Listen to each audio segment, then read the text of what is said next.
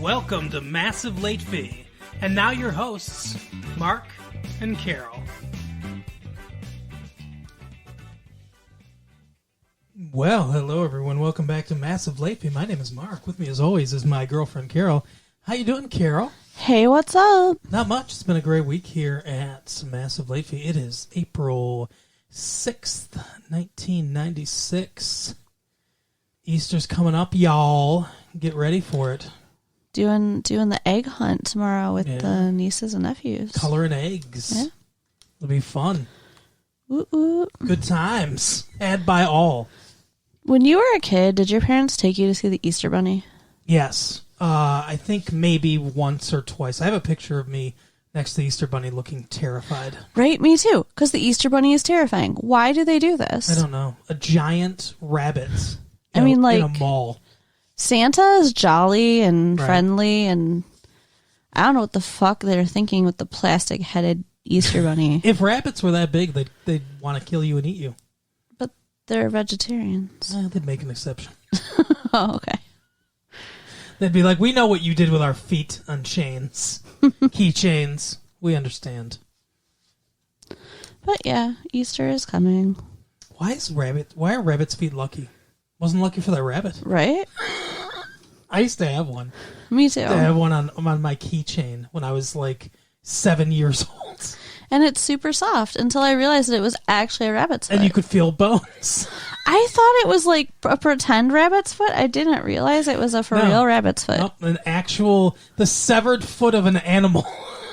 Just like pickled pig's feet are really pickled pig's feet. Like, well, yeah. I just thought it was, meat that they pickled. It is. Technically, it's just from the feet of a pig. Oh, gross. Oh, my goodness.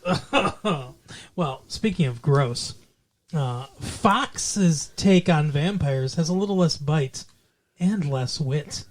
It says, Kindred, the Embraced. Mike Duffy gives it 1 out of 4 stars. Wow. What do you think about that? Well, I mean, it's vampires, so yay, but wow. Spare us the bloody curse of self-important vampires. Kindred the Embraced, a flamboyantly silly saga of rival clans of vampires living in modern-day San Francisco, takes itself way too seriously. This portentous odyssey of a supernatural mafia might be more palatable if the producers exhibited even an ounce of wit. Wow. When the subject is vampires, you need a little loopiness to go with the ludicrous premise, but no such luck with Fox's dopey Kindred. So apparently it's weird. It's like I haven't seen it, but apparently it's like mafia, but vampires. Yeah, but we're gonna see it. Oh, okay.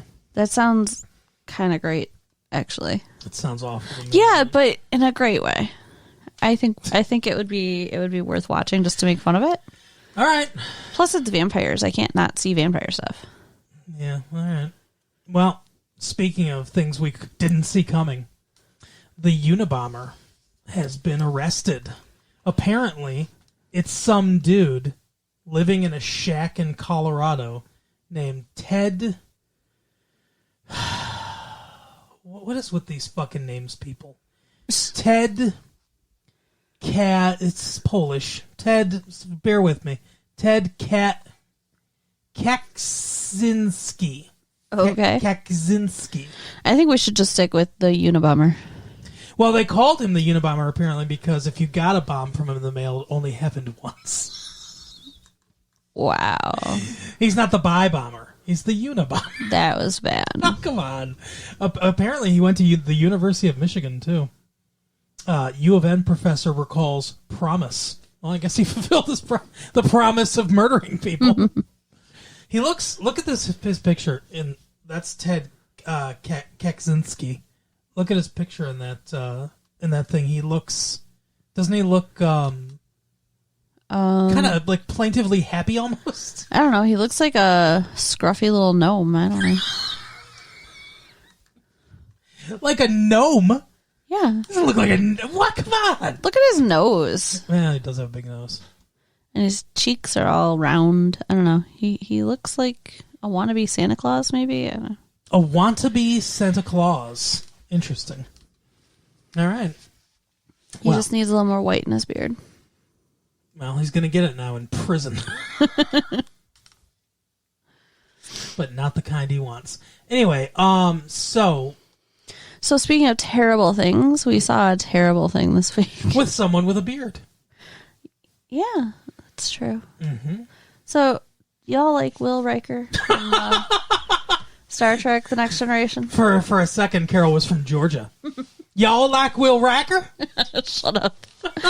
I mean, I used to, but I'm so... now you don't like him. I'm so just disappointed in what has happened with this actor. I don't know his name. Is he insane? So there's this show called Paranormal... Beyond Paranormal or Paranormal the Beyond or... something. Paranormal something. Paranormal the Beyond or something like that.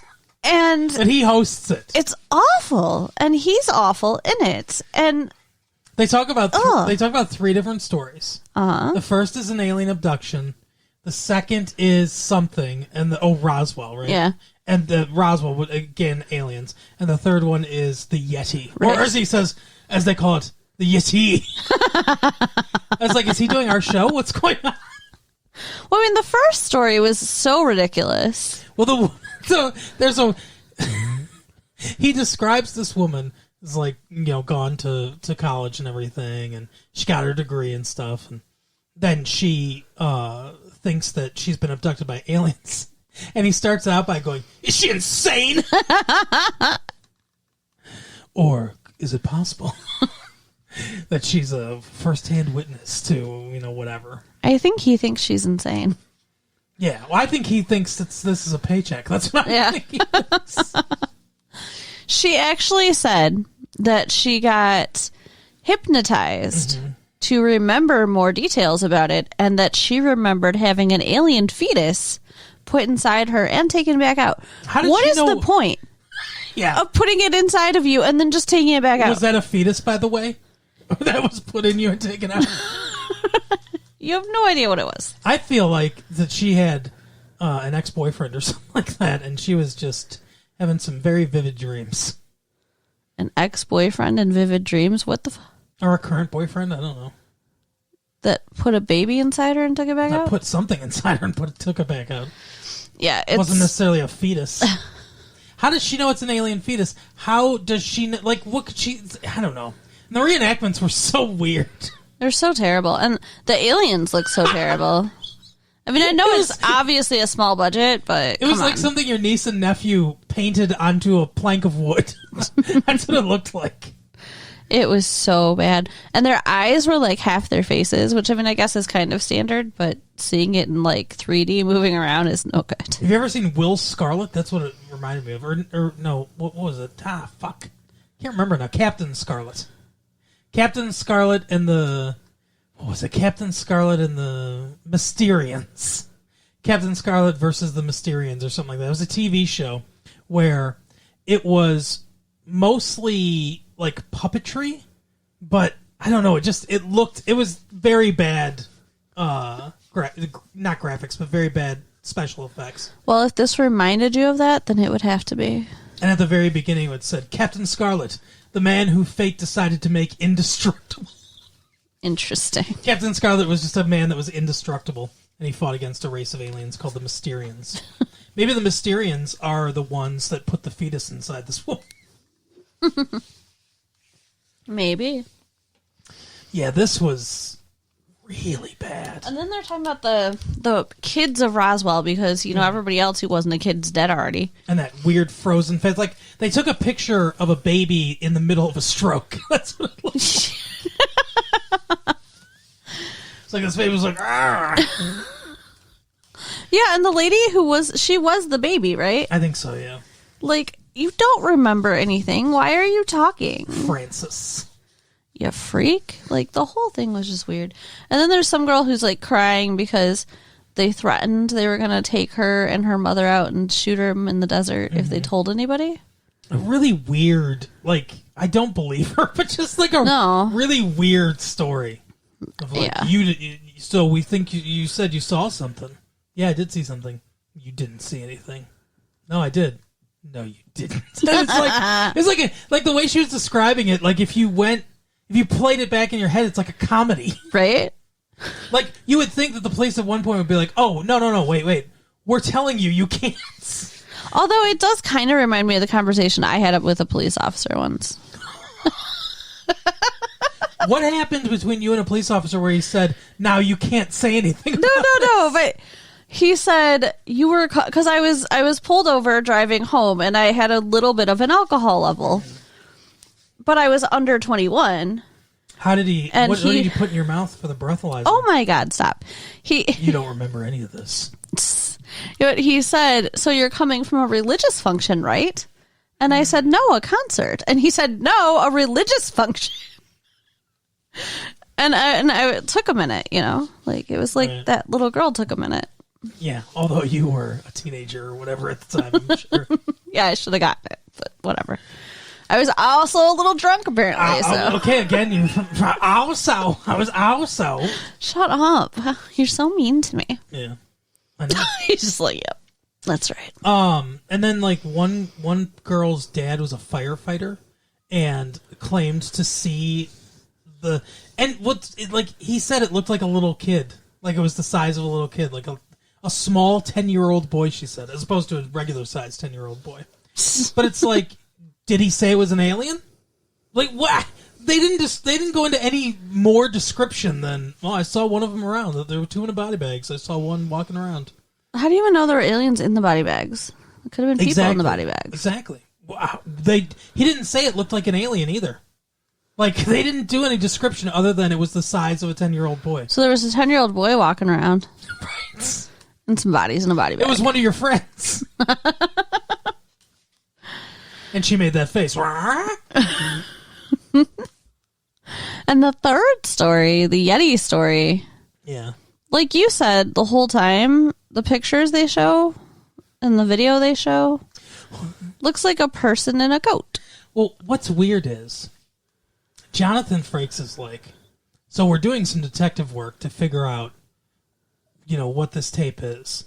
It looks like they're speaking Flemish, but they have cooking packs. They have like things that they're cooking with, right? Like camp out stuff where you can make a fire easily. And it's like, that's, a Belgian product. But this food is Nepalese from Nepal, the area of the Himalayas. God's rooftop or whatever the fuck he called it. And I'm sitting here like, where did you get the tape? Like, what the fuck? Right. A la the movie we watched this week, did someone just leave it on your doorstep? How do you not know where this is from? And they're like, the people are still traveling. We can't reach them. What? What are you talking about? They mailed you a random tape? Like, yeah, they stopped at a Nepalese post office and said, we got to get this to Jonathan Frakes right away. Oh my god. This is very weird. The whole thing's very weird. But yeah, apparently it's a video, and there apparently something exists called a cryptozoologist. There are people who study animals who haven't been classified yet. Cryptos, as they call them. So I don't get it, but it's very funny to me. We have a couple of friends that, they're also dating, named RJ and Rachel. Yes. Who have an interest in this stuff sometimes. So if you ever get a chance, they will have just a long conversation, very interesting though, amongst themselves about different like ghosts and stuff like that. Yeah, we helped them make a tape like ours once. Yeah, because they wanted to put their stories out there. That's right. And they named that tape "The Skeptical Skeptics," right? Because they're skeptical skeptics. Right. Whatever. Carol doesn't like the name apparently. She doesn't get it, but yeah, they talk about that stuff. Yeah. So look them up sometime. RJ and Rachel, find them, track them down. Use Jonathan Frakes. We'll mail you their tape if you ask real nice. I don't know. What do you think? Do you think such things exist as Yetis and big feet? Oh, I have big feet. You know what that means. Big shoes. I don't know. I mean, like I said, we were watching this thing. I can buy that there's some sort of animal in the Himalayas that we don't know about simply because people don't go there. You know, like, but like you said, you know, where's it getting its food from? What's the food supply? Which is a good point because, you know, like there'd have to be other kinds of animals that live up there too that we don't know about. But yeah, I mean, I'm sure there are animals that exist on the planet that we haven't discovered yet. Probably most of them, I would say, are probably in the ocean. Yeah, for sure. But I know that they find new species of insects and stuff all the time. They're like, oh, this is a totally different species of spider or totally different species of ants that we didn't know existed or whatever. Well, they said that guy looks like a primate. That thing, whatever. And I mean, I could believe like Australopithecus or something like that, like branched off into, you know, like Homo sapien and then branched off into this thing too. And it's in this area that's so remote that no one's really seen it, or there aren't a lot left. Yeah. Like the Loch Ness Monster thing, right? I always thought, now, maybe that one doesn't exist because I think it's a hoax. Because Loch Ness is such a small area. But I'm guarantee you that there are things like prehistoric fish and stuff like that that probably exist that we haven't seen, but are still out there from like dinosaur times. Yeah, like there's whatchamacallit, coelacanth. This is like a prehistoric fish, and they thought it was extinct, and then they found one off the coast of Madagascar. So like, you know, that's around, and they didn't realize it for a while. So I'm sure there's stuff like that, and like I always thought Loch Ness could be something like that, but like you said, I think it's more of a hoax now because just that lake is not huge, right? So I don't like where would it go, but in the ocean, I could totally see it.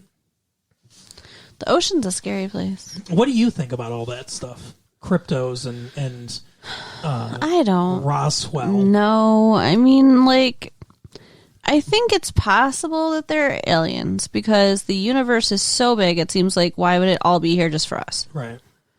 Why they would come here, I have no idea. Right. And if they did, then wouldn't we know? Like, wouldn't there be more to it than just one crashed spaceship? I mean... like, Earth has to be the equivalent of coming to, like Bozeman, Montana, or something like that. No offense to Bozeman, Montana. But it's, you know, it's got to be like, hey, what's the most backward, out of the way fucking place we could go? Oh, Earth. Right. But as far as the cryptos, yeah, like you said, I mean, it's possible that there's something somewhere, but I don't think all these people who think they see Bigfoot. I think a lot of it's bullshit. Yeah, they probably, bears. Right. There are lots of things that could look like a person. Or even like a giant gorilla. I mean... Yeah, like a giant gorilla in Oregon. Maybe it escaped from the zoo. Diane you don't Fossey know. brought it there.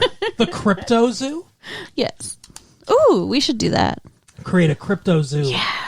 It's like get all the weirdest animals we can. Be like the freak show of old. Yeah, we could get a jackalope and a duck-billed platypus. Get a, what do they call them in the desert? The monotree. Scary things that live in the desert. Scorpions. No. Tarantulas. Skinwalker.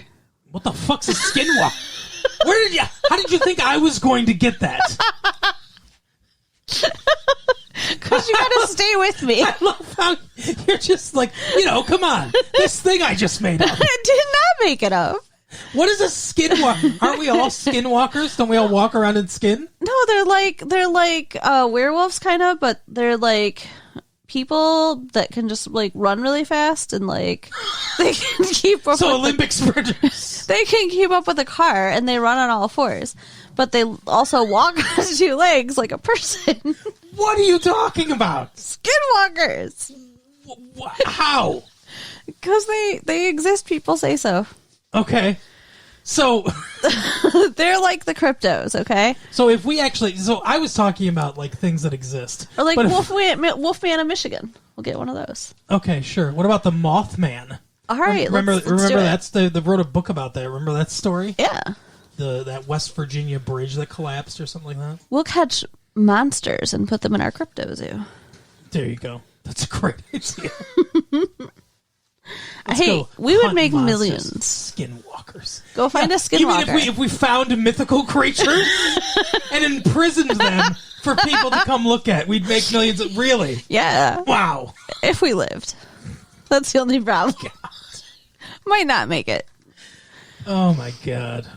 Speaking of people that didn't live, the Archbishop of the movie that we watched didn't make it. Oh, goodness. So we saw a movie called Primal Fear. Like you'd feel at our crypto zoo. Exactly. Starred Richard Gere and a dude named Edward Norton. Do you know the lady's name? Which one? Because she's like kind of pretty, and I think I've seen her before. The lawyer. Oh, not the one that was the assistant, but the prosecutor. You're talking about Laura Linney as Janet Venable. Moira Tierney is the one that's on News Radio. His assistant. Okay. But Laura Linney. So you know Laura Linney. Have we seen her in something before? I mean, what haven't we seen? I mean, I know what we've seen Richard Gere in. We saw him in our very first episode ever. It wasn't the first episode ever. Well, okay, our second episode ever. The first movie we watched for this show, Intersection. Yes. Which was terrible. She was in, you know that movie Dave? Yeah. She was in, we did Dave. She was in Dave. What? You don't remember that night? Who's we? Yeah. No, we didn't do that because that movie came out before we started making tapes. But no, we watched that movie. No, we didn't. Oh no, I'm thinking of An American President. We've seen the movie Dave, both of us, but that came out in 1993. Sorry. But yeah, she was in Dave. She was in Lorenzo's Oil.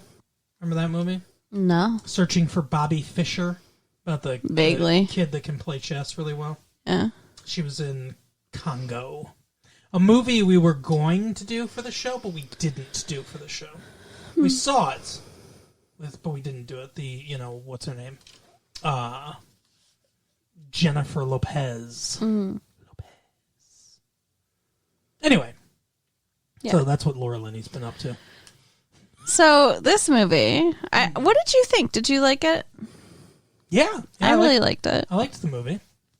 Were you fooled? Yes. Me too. Yeah, I was very shocked. It was shocking. I almost choked on my popcorn.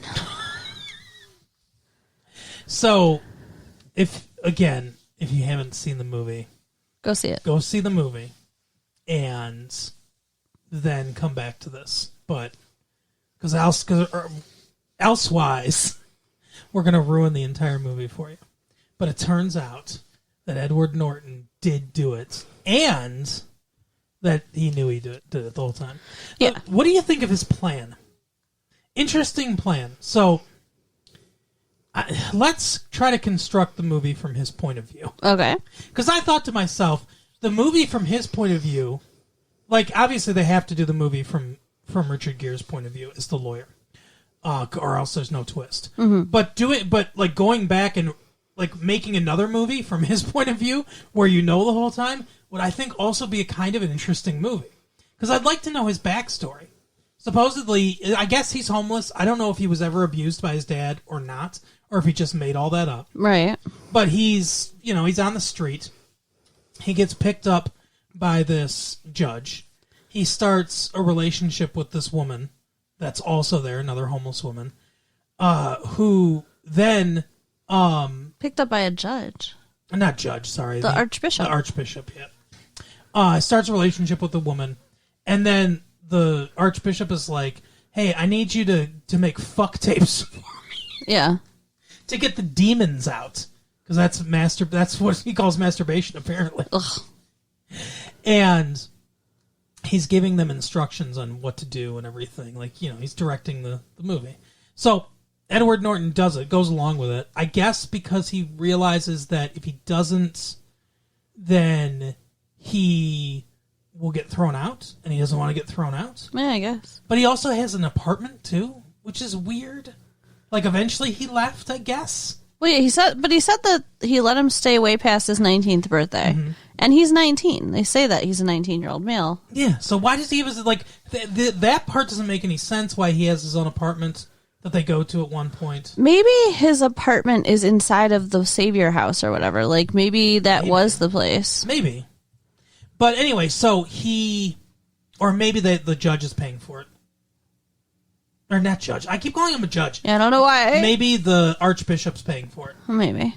It's like you said, it's kind of part of the whole complex. Because they said they bought up a lot of real estate and everything. Yeah. There's a whole thing about Chicago real estate that doesn't really connect to anything. I guess it's kind of a red herring. It's supposed to make you think that there's a connection here, but there really isn't. Yeah. And so he goes in and he kills the archbishop. I assume for the abuses. Right. But he also killed the girl, too. Because he said she was a whore. Yeah. So, yeah. So he's a sociopath. Yeah, I mean, I really think he just kind of liked killing. He didn't kill the other dude. No, I don't know why. Maybe they're friends. Maybe he likes him. I guess. No. But he kills the judge. Now, not judge, the archbishop. The judge of our souls. That's why I keep saying that. But he kills the archbishop. He cut off his fingers. It's the first thing he did. That was so fucked up. So his plan is, let me go in the middle of the day to the archbishop's rooms, murder him. And then he thought maybe he'd get away with it, that he would just be able to walk out. But because the guy screamed and the mailman was there. The mailman called the police probably. Yeah. Then he realized, like, I got to get out of here. And then, did he just come up with this plan? I mean, I assume that the whole Aaron thing, like, he was doing the whole time. Like, from the minute the Dear Lord, what is going on with you? From the minute the archbishop got him. Yeah. I'm sure he was doing that act. Well, I think Aaron might be his real name. Well, yeah, Aaron's his real name, but that personality's not his real personality. But yeah, I agree. I think he was doing this, like, I'm this abused and timid person the whole time. Which is why he thought he could take advantage of him that way. Right. And he did take advantage of him, but... Yeah, maybe he didn't care, though. No. Obviously, he got to have sex. Right. And then he got to kill a girl and a guy. Yeah. I mean, that really is the sociopath, like, jackpot. Right. That's sociopath bingo. So wait a minute. You're telling me you're going to take me in, give me food and a place to stay. I get to have sex, then I get to kill a girl and you? That's right, son. I wonder how many of those tapes they made, though. Like, how long did this go on? Like, he just kept taping over it, he said. So, who knows? And he pretended like Aaron didn't know or remember or whatever because there was the other personality. Do you think that was just for when he got picked up, or do you think he was pretending that with his friends and his girlfriend?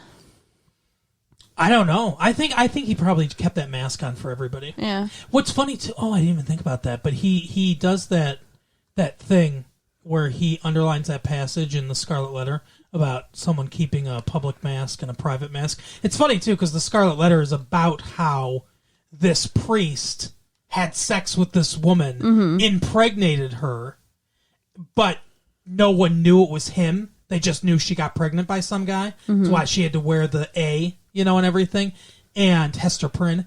And he gets to, like, his public face just be, I'm Proctor, or what, I can't remember his name, but he gets to his that's what they called the priest. No, I know, I'm trying to remember, like, keep thinking of Goody Proctor, but that's not, that's a female and something. Yeah. But I think that might be in the Scarlet Letter too, I don't know. But he gets to have this public face of, I'm this, pious person and everything. And he knows what he did wrong the whole time. And it's a sex crime, basically. So there's a lot of parallels between the Scarlet Letter and this. Yeah. But it's funny, when he underlies that thing about the mask, he could be talking about the Archbishop, but he could also be talking about himself. Yeah. Yeah. Like there's an interesting double meaning there. Mm-hmm. So his plan is he does it, and then he's like, maybe he panics and it's like, I gotta. But he carved that thing in, like he wanted people to know about the Yeah. Archbishop. For sure. Although he asked his buddy to steal the tape and get rid of it. No, his buddy came to to his apartments to see if he had the tape. Oh, okay. Oh, he just assumed he was going to get rid of it. And Yeah. He didn't. He left it there. Right. Yeah. So, yeah. So then he's got to run. So as he's running, he's like, okay, I gotta.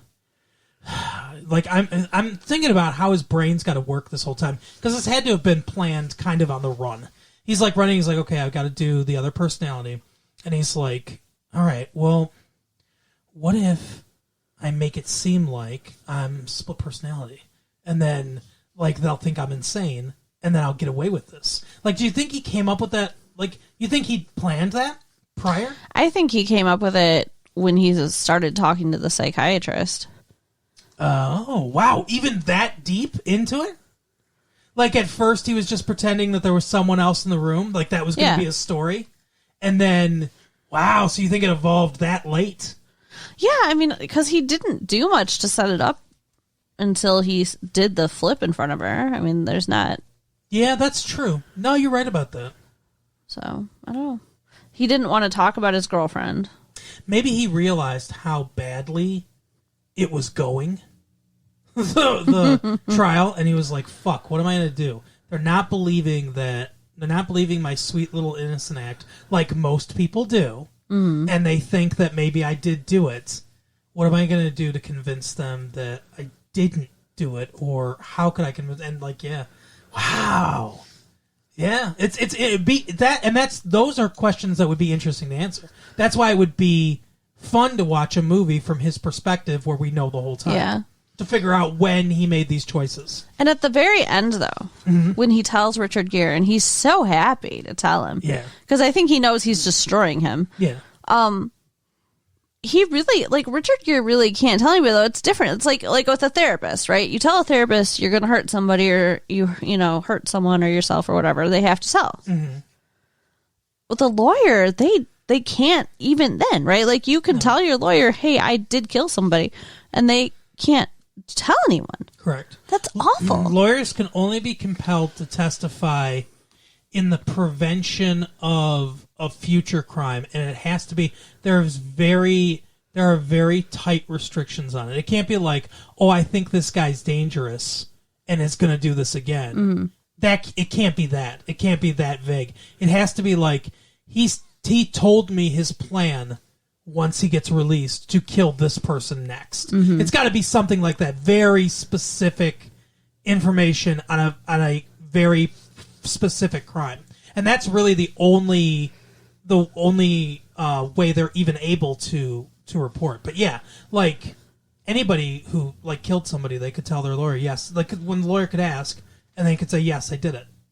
So with that information, you need to help mount my defense. But Richard Gere's thing was...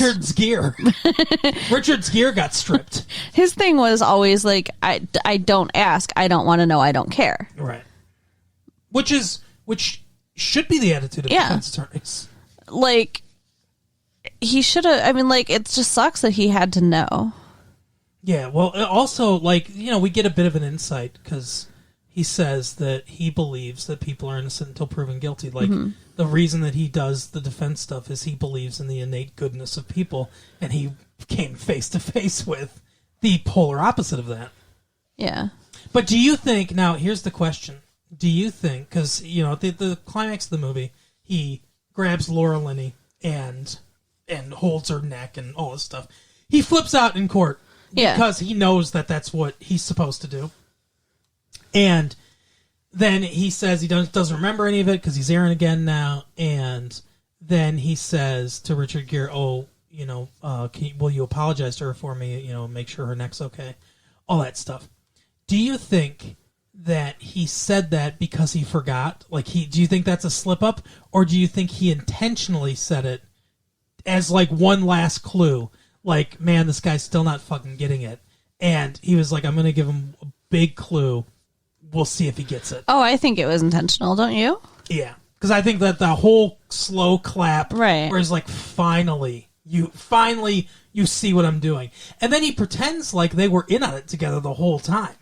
because he was like, oh, you said, oh, you called me like fucking weak or something like that, like we were dancing, and everything. But I mean, I know he knows that he wasn't in on it the whole time, but he's talking to him that way because he wants him to be like, you did this. Mm-hmm. You helped me accomplish this goal. Which he did. Well, yeah, he did, but unknowingly. Yeah. I mean, he did a fantastic job doing his job. Yes. It's just unfortunate that meant helping a psychopath. Laura Linney's going to get fired now. Yeah, that's sad. Do you think they're going to end up together? The dad from Frasier's going to make sure she's gone. Marty Crane. Right. I don't know. Maybe. No, I don't think so. I don't think they'll get together, actually. No. Do you? I mean, he sure was trying, but yeah. I mean, she didn't respond to any of his attempts, so whatever he did to fuck it up, and I'm pretty sure it was him. Oh, yeah. Seems like it. It was pretty bad. Seems like it also might have been a while ago. Because he said 1985, that's when he did whatever he did that he had to leave the state's attorney's office. And, like, they worked together then. Mm-hmm. So I feel like it was maybe then. Okay. So, like 11 years ago or so. I think that's when they did it. For like 6 months, 11 years ago. And he still hung up on her.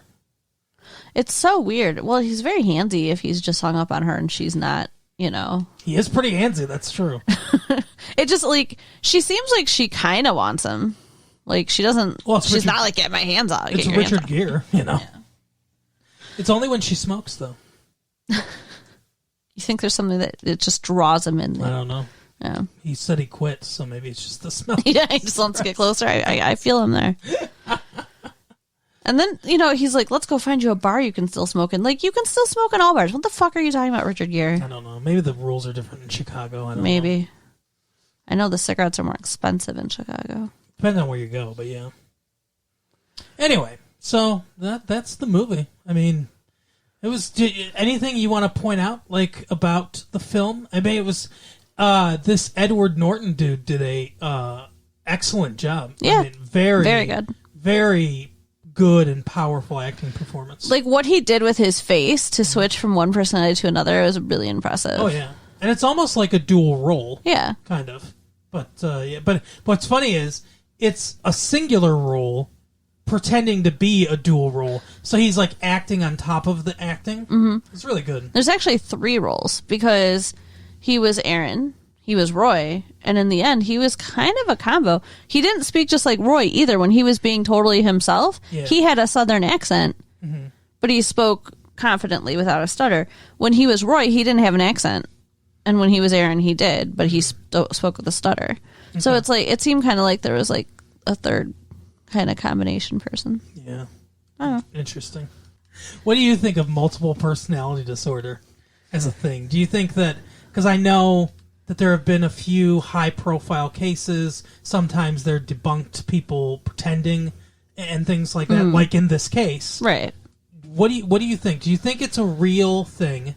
And do you think that, like, how widespread do you think it is, all that stuff? It is a real thing. It's very rare, and it's not as pronounced as it is in Hollywood. Gotcha.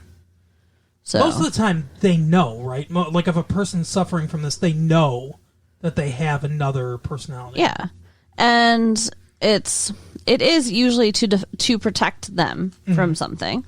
I mean, it's formed from some kind of trauma, but it's not like, oh, I'm gonna slip into this other person and kill people. Like, it's just, hey, you go in your happy place and I'll take this beating for you. Okay, the beating's over, you come back. That's right. more what it is. Okay. And second movie in a row we've watched with Frances McDormand in it. Yeah, she's really good. I like her. Yeah, I like her too. No accent this time, though. No. She did a good job with her accent, though. Yeah, in Fargo. Yeah. Oh yeah. That's it though. That's all. That's all the things that we have to say. So go ahead and check out our website at www.retrolatefee.com and write us at latefee1994@aol.com and tell a friend. All right, sounds good. We will see you next time. Bye. Bye.